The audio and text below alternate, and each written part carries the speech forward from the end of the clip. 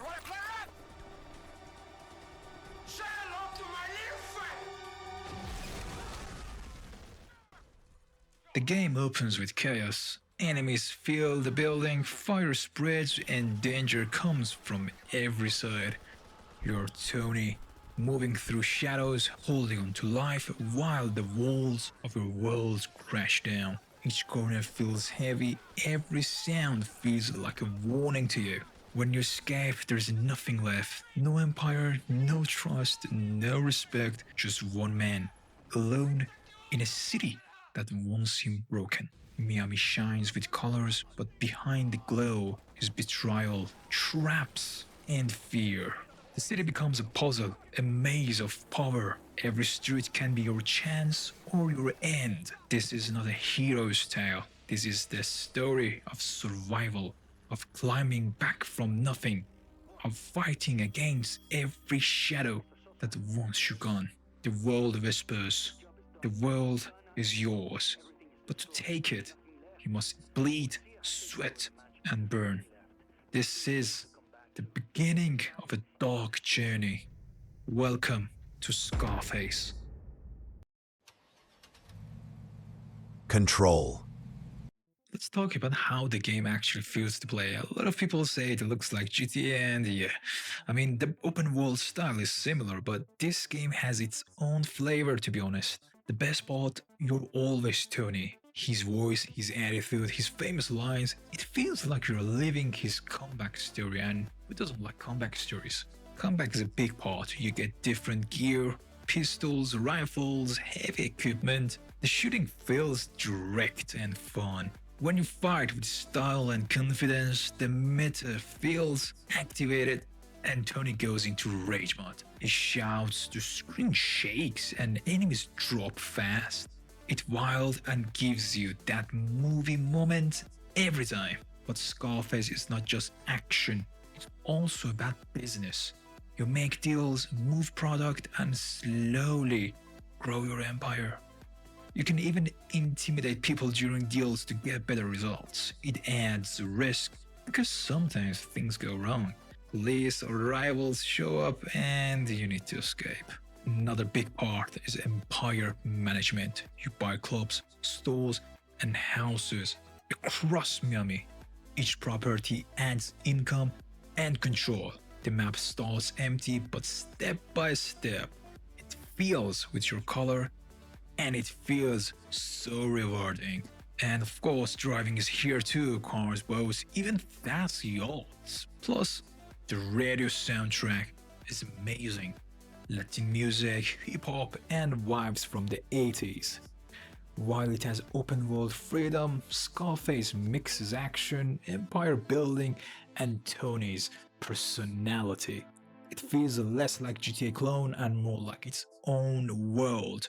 Darker, louder, and full of power moves. Let's hit some cool facts about the game that many people don't know. The first one is, Tony refuses to aim at random people. He says things like, I don't do that. It makes him different from other open world games. The map is bigger than people expect. It's not just Miami, there are islands outside the city you can explore, where you meet suppliers and expand your network. You can hire helpers to fight for you, drive cars, or protect businesses. Each has personality, and you can even switch to play as them sometimes. The game has over 120 songs across different stations. Everything from 80s hits to rap to Latin tracks. It keeps the vibe alive during long drives. And the fifth one is Empire reputation. It's not just about money. The more respect you get, the more doors open. You can't just buy everything from the start. You earn it through missions and deals. The sixth one is special dialogue system. Tony talks back to NPCs in real time. Some players even say it feels like free-flow conversation because he always answers.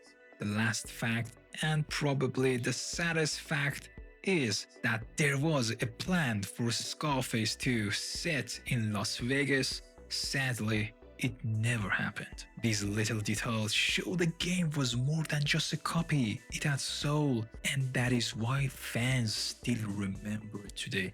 And also they want a remake.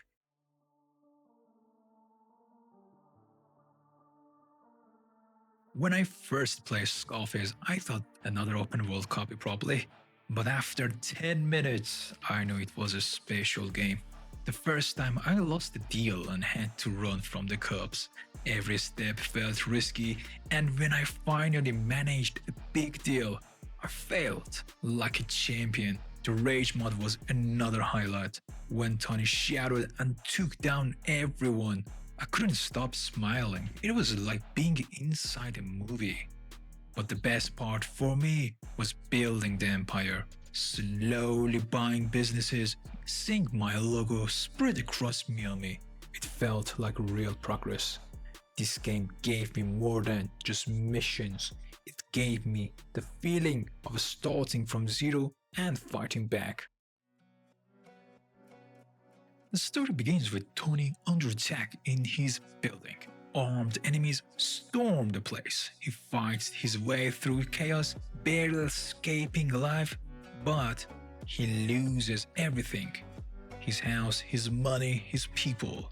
Alone and haunted, Tony disappears. Months later, he returns with nothing. No empire, no respect, only one goal: rebuild and revenge. He starts with small street deals, slowly earning back trust and power. Rival gangs control Miami now, and the police are always watching. Step by step, Tony pushes back. He takes over small businesses, then larger ones. He buys clubs, stores, and safe houses. Each move brings money and respect. He brings in new allies, builds connections with suppliers, and reclaims pieces of the city. The road is long. He faces betrayal, ambushes, and constant fights. On the island outside Miami, he makes big deals that expand his empire further. He grows stronger, richer, and more feared. But there's always one name in his mind: Sosa, the powerful rival who once tried to destroy him. After taking over Miami, Tony begins his war on Sosa's operations. Mission by mission, he destroys his drug houses, defeats his guards, and cuts down his network. Each step is brutal, but Tony never stops. Finally, the last mission arrives. Tony launches a full assault on Sosa's compound. Explosions light the night, enemies attack from every angle, and Tony pushes through, unstoppable. After an intense battle, he reaches Sosa and ends him. The story closes with Tony back on top. From nothing, he has rebuilt his empire. The final message is clear. The world can try to break him, but Tony Montana always comes back.